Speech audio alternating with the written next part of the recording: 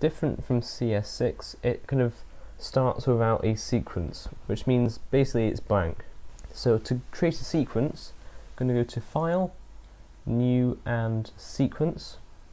And for my camera I used a Nikon D3100, so I'm going to use a digital SLR 1080p 24 frames per second preset. So this is for cameras like that Nikon camera I used, the Rebel T2i, T3i, T4i, T5i. They're very popular cameras in this kind of respect for filmmaking. And those kind of cameras, D800, D5100, D5200, all these cameras, that is the one that most people use. Now if you've got a different camera, say like a Red Epic cinema camera, it's about £50,000. Yeah, you can use 5K footage, you'll be using that, but I doubt people using this tutorial will need that at the moment. But if you're using a point and shoot camera, we're going to be going to the DV NTSC widescreen 48 kHz. That will be what you'll be using. That's a safe option for small standard definition cameras. But here we're going to be using this one. If you want to get more advanced, just check your settings and check the frame rate. This is the frame size or the pixels, so that's full HD, and that all looks lovely. Just going to click OK, and you see now it's opened out and it has got more features. So we have the timeline here. This is where you're going to edit, cut, and kind of align your clips. You're going to sort them out on this timeline. That's what it's used for. This is the preview window. When we've got a video up, you'll be able to see it and preview the video, funnily enough, yeah. So this is the effects bar and so on, but we're going to kind of hurry up a bit. So if you click on the project bin, I suppose you call it, and right click and import, we're going to find our footage. So I'm sure you know how to use Windows Explorer. Yeah. Okay, so we're going to find the footage. This is mine, shot on that camera I told you about, the Nikon D3100 in Bruges. This is the famous boat trip which goes through the city on the canal. It's fantastic, and well, I wanted to edit the video for it. So what I just did there, without telling you, it's very naughty of me, using the plus and minus keys you can zoom in on the video. It doesn't change the clip duration, all it does is just zooms in. You can also use this tool here to do exactly the same thing. It's quite important just to be able to see it, it's not getting too small, you know. So this red line, this is going to be where you skip through your clips, like that. If it's really slow at this point, head over to here and make sure the resolution is at lowest. That helps your computer kind of process the video preview and not get bogged down. Now if it isn't playing at all smoothly, then that's about as good as it's going to get, so I'm sorry about that. Now then, I want to find the start and end point of my clip. So say if I want to start it here, just when the boat comes in, I'm going to either click from the start and drag that in, and that's cut it, or Control Z will go backwards, by the way, or I can hit C to get the eraser tool up and click where I want it to cut. It split it in half, you see, and we're just going to highlight the section we don't want and click delete on our keyboards. Now it's very important that you see there's a blank space here. You don't want that. You want to drag the clip back to the start again, and same if you want to edit the end of it.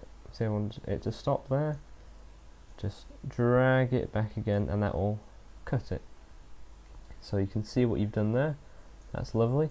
Now I shot this flat on my DSLR, which basically means I've made the footage deliberately dull and colourless so I can change it in post, which was what we're doing right now. This is just it's good practice to do this, and I'm going to show you what I do. So if we go to Effects panel and Video Effects, now this is the thing, I use Magic Bullet Suite to sharpen, denoise and so on, as well as colour grading. So I'll be using Color 2, so just click and drag over onto the clip. But if you don't have that, because it does cost, you're going to have to use color correction, scroll down, and the fast color corrector. But it's very, very similar, just it looks different, okay? So we haven't put that on, we've just used the colour steamer one because that's what I prefer. Scroll down, you have a good look at that. That's what we'll be using. And again, really recommend this one. It is a really good program. I prefer it for the inbuilt colour correctors. It's just nicer. Philip Bloom also uses it for his colour correction, which is always a good sign. Good old Bloomy, eh? So we're going to use this to brighten the colours up and make it look realistic, because right now it's just really dull. So there's lots of different things you can do, but what I normally do and what is good practice is to do the general, taking the shadows, just click and drag, taking the shadows to the blue section. Now it may be a bit slow, but that's fine. You just have to live with that, I'm sorry. Taking that to the blue, okay. It may have got darker, don't worry about that at the moment.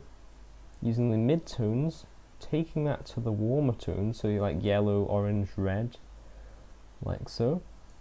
And you can leave the highlights if you want to. I normally do, unless, say if you've got a white wall and you want to change the colour of the wall, that you'd be using the highlight tone for that. But for skies, you want to keep it a normal colour. That's just a general rule that I keep to. But we'll just leave it at that for the moment. Now also, you see, it still is dull, isn't it? It doesn't look normal. So we're going to take up the saturation just by clicking and dragging. Now I'm going to take all the way up to full, like that. There we go. But also it doesn't look very contrasty, it still looks flat. And most people, to add contrast, will pull down the shadows like so. Now that's not the way to do it, because if you look, it actually crushes the detail. It crushes the shadows, in fact.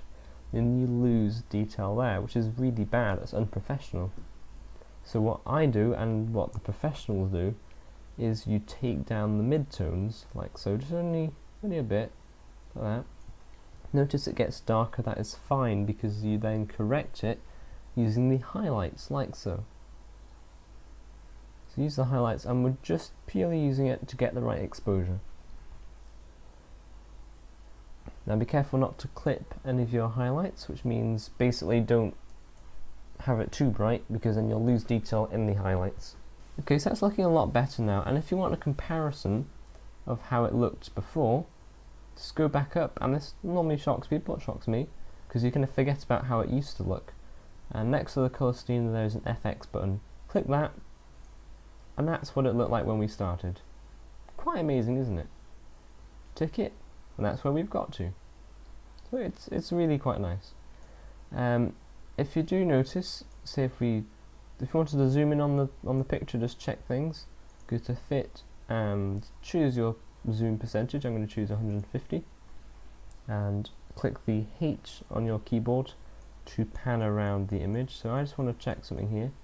You see that's a shadow there, it's a blue shadow thanks to our colour correction, that's fine. But if we toggle this off, we have actually lost the detail. There used to be bricks there. We don't want to lose the detail, so what you can also do is bump the exposure up in the shadows a bit, and see that's coming back again quite nicely, and we've got the detail back from how it used to be. There we go, toggle, it's back how it used to be now. So if you want to get back to the same zoom, go back to fit, and I'll toggle our settings back on again. But we have lost a bit of contrast. So remember what we did to add contrast? Simply go to the mid-range and take it down again. And we've still got the full dynamic range, and it looks lovely. Now another popular thing that people want to do is make it super widescreen, so i.e. black bars across the side, or the top and bottom. Now in my last tutorial I mucked up because I told you to get a printout of black and white bars and simply put it over the top. That was a load of rubbish, I'm sorry for that, and people keep on asking. I'm sorry, leave it, okay? If you want to add black bars, go to File, New, Sequence, so remember we did this before, and go back to your preset again, but then go to Settings, and this is going to depend on the resolution of your camera, but say if it's full HD like mine, go to horizontal, no, got that one wrong again, Jason, okay, go to vertical and change it to 800, and notice when you click off it changes it to 12 by 5. That is anamorphic ratio film. So that is basically, anamorphic comes from an anamorphic lens which is stretched to the super wide viewing angle, which is 12 by 5. So if you're using 720p, I'd recommend 500 or 600 pixels vertical, and same, I'm sure you can work this one out. Just get the right ratio. 12 to 5 is ideal. And click OK, and you notice it's add a second tab. This is sequence 2. That was what we worked on before, and this is the new one. See, it's a really wide box there compared to the last one. So you think, oh, I don't want to do all that again. That's fine, you don't need to. You just click, copy what you've just done here, go to sequence 2, and use Control V on your keyboard to then add it back in again. And you see it is now made that widescreen, which is lovely. And also, if you go to motion up here, expand that, you've got room to crop it a bit. So there you go, you've got a better view now. One more thing, if you zoom in again, remember how you zoomed in? Go to 150, that's what I normally use. And the detail's actually quite soft. That's because when I shot it, deliberately took the sharpness down to avoid some complicated things which I'll talk about later in another tutorial. But if you want to make the video sharper, simply type in to the effects bar sharp, and it'll come up with sharpen, and click and drag that on. And if you go down to the very bottom of the effects bin, you can see it there, and you can add a number. Now for this DSLR camera, I normally use 10 to 30. Now if you add too much, it will look quite horrible, but I'm going to try 20, and there you go. And you can see a very small adjustment. Remember, this is a small preview, so it's not going to make much difference, but it has just clarified it, you know, it has just generally crispened it a bit more. So this was a basic tutorial using Adobe Premiere Pro CC. That is all we've done.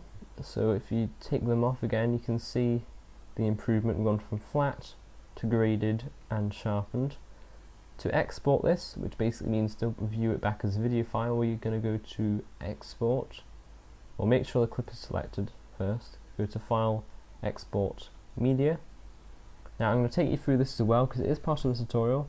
This is where we render it out as a viewable video clip. So format, simply go down and choose H.264. It is the standard nowadays, and it is such a good system. And for some reason my editor has packed up. Why? There we go. Right, so it's come back now. Yeah, it can pack up sometimes. So use H.264. Like I was saying, it's the standard, and it's used for everything nowadays, and it's a very good encoder. Now you can see it's automatically used match source high bit rate. Just select that, and I'll take you through what it's done. It's basically automatically looked all the settings and matched it. So it's matched the pixels, which is our widescreen, it's matched the frame rate, and it's matched the aspect ratio of the pixels, everything else as well. Now that's fine, you can leave that because it's done it correctly, but at this point, bitrate. Now this is how much compression is done to the video. So if you want a really high quality look, then you can say you can give it 20 megabits per second, and that will be really high quality compression. But it's a big file size for this clip, 15 megabyte for a 6-second clip. If you want to upload to YouTube, have still good quality but a small file size, then 5 megabits per second is my personal limit for full HD video. That is as low as I would go for full HD video, and it still looks good. Like I said, please, comment, subscribe, follow me on Facebook. I've got a page for that, I update regularly for that, and Twitter. I also tweet out things for the channel, and I will see you soon.